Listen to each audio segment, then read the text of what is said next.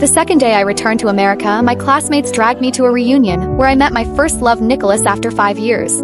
He proposed to me with a diamond ring in front of everyone. The room burst into excitement and everyone assumed I'd say yes, since I once chased him so hard. But everyone has forgotten the truth. At our graduation ceremony, Nicholas framed me with fake plagiarism and cheating evidence, all for another girl. The school took back my diploma and humiliated me in public. Heartbroken, I left the country alone and stayed abroad for 5 years. Now I'm back. His best friend Matthew told me Nicholas used his family power to restore my diploma. Despite everything, he's been waiting for me, saying I'm always his favorite woman. Emily, I'm talking to you. Are you even listening? He didn't take a single penny from them when he started his business. But for your diploma, he still bowed down to his father. All classmates stared at me with curiosity and mockery. Hearing his name feels unfamiliar. My love for him has long faded. I don't know whose words these are, but none of it matters anymore. Nicholas and I ended things a long time ago. Everything you said today means nothing to me. Everyone at the table stared at me in shock. No one expected me to say that. The whole school knew I'd chased Nicholas madly for 3 years. Rain or snow, I brought him hot breakfast and coffee every day. When his stomach acted up, I trudged through blizzards across town to hunt down his medicine. When he lacked startup funds for his business, I gave him every cent of my allowance and living money, even sold the luxury gift my parents got me for my 18th birthday. I'd never struggled financially before, yet I survived on instant noodles alone for a whole semester behind closed doors. All that effort finally made him agree to date me. He seemed such a thoughtful boyfriend, checking in on how tired I was. When others mocked me as a pathetic stalker, he'd stand up to defend me. After landing his first business contract, he even rambled about our shared future. I truly believed he was my forever love. Everything fell apart senior year when Rebecca suddenly appeared. She was Nicholas' childhood friend, newly back in America and transferred into our class. I didn't mind her at first, even tried being friendly. But little by little, Nicholas stopped making time for me. Every time I asked him out, he'd make up lame excuses to turn me down. He bailed on my birthday too, claiming an urgent work trip to a neighboring city. Doubt gnawed at me, so I snuck over to his company and found Rebecca surrounded by all his staff. People were openly calling her the future Mrs. Smith, even though everyone knew I was his girlfriend.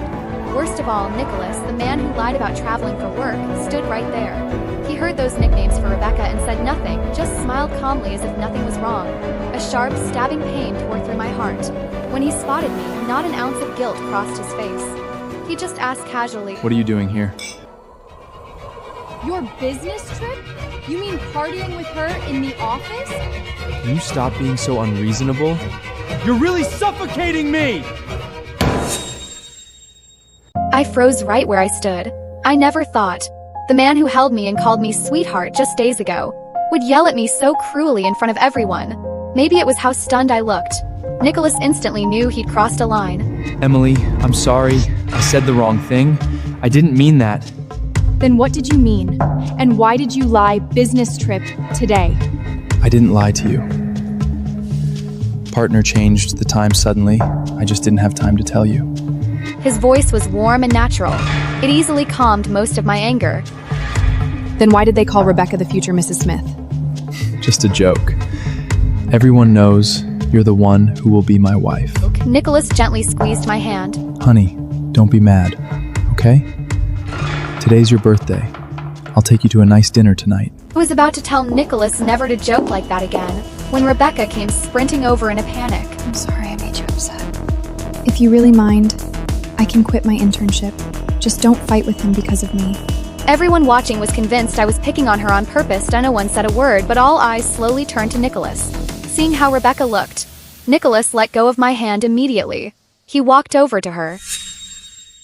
That night, he took me to dinner as promised, but looking at all the food on the table, I had no appetite at all, because even though he was sitting next to me, every word he said was about Rebecca. Rebecca grew up with me. She's like my little sister. Her parents asked me to take care of her. That's why I got her the internship at my company. I didn't tell you because I was afraid you'd overthink. Emily, trust me. You're the only one in my heart. Looking at how sincere Nicholas seemed, I had to nod. I chose to believe him. He pulled out a pair of matching couple rings, slid the women's onto my ring finger. Emmy, I don't have much money to give you Jay stand-a wages.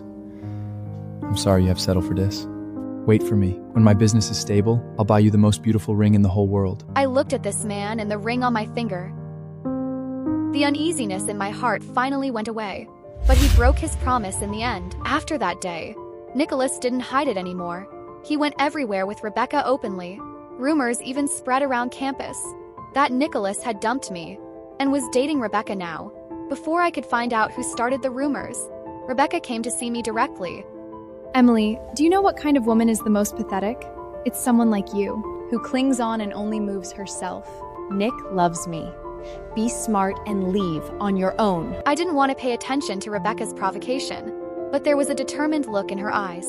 If you insist on living in your fantasy and won't wake up, then I'll help you see the truth myself.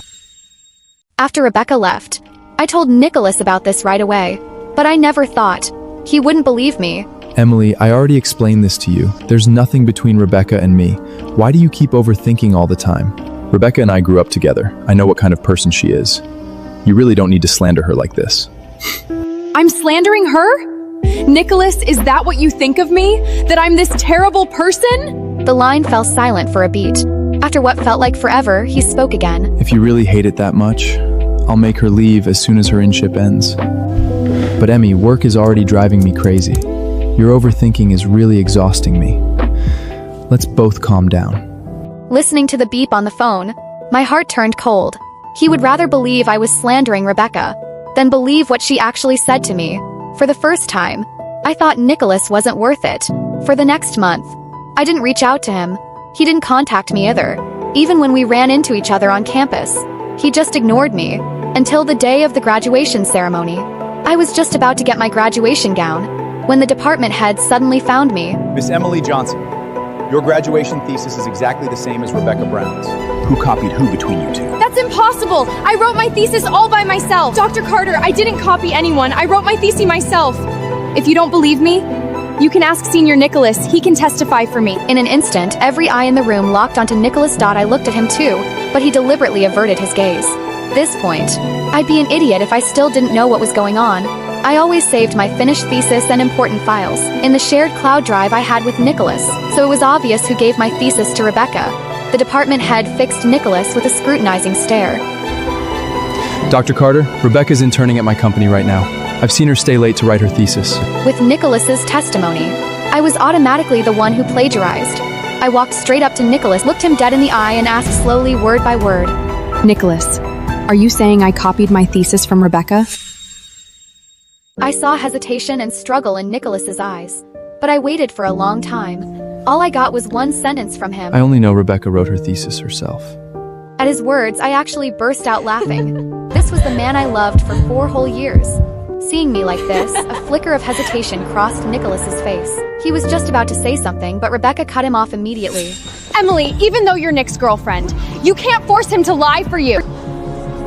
I know you don't like me. You bullied me all the time, and you forced me to send you exam answers. If I didn't listen, you would send people to hurt me. If Nicholas hadn't shown up in time that day, those people would have hurt me badly.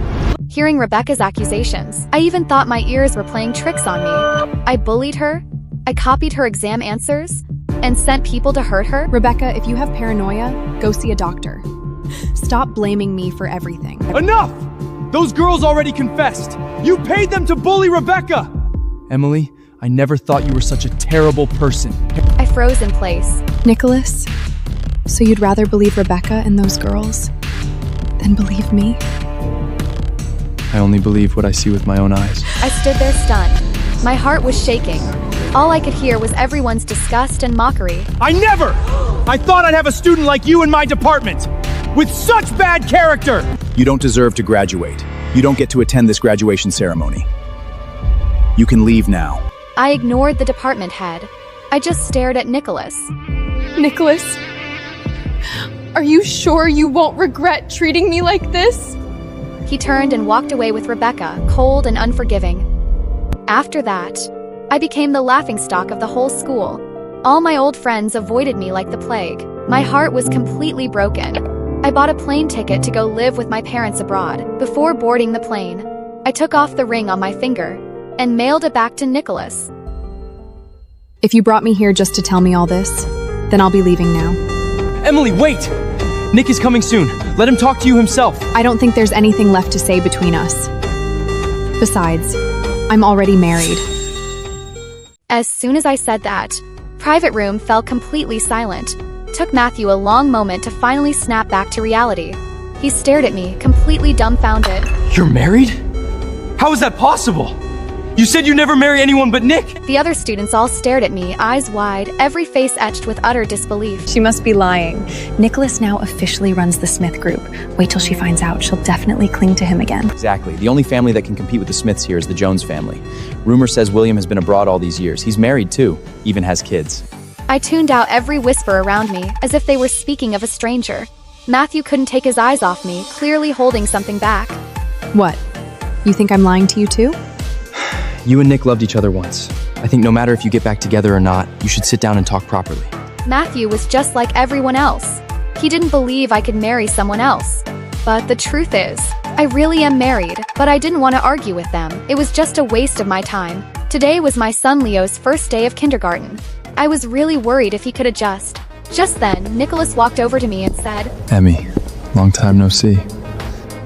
Nicholas, long time no see. Emmy, are you still mad at me? We ended things a long time ago. Why would I still be mad at you? I moved past Nicholas, ready to leave, but he caught my wrist in a vice-like grip. Emmy, I've waited for you for 5 whole years. Now you're finally back. This pose was 5 years late. Will you still be with me? Mr. Smith, please respect yourself. I think you have the wrong person. I'm not Rebecca.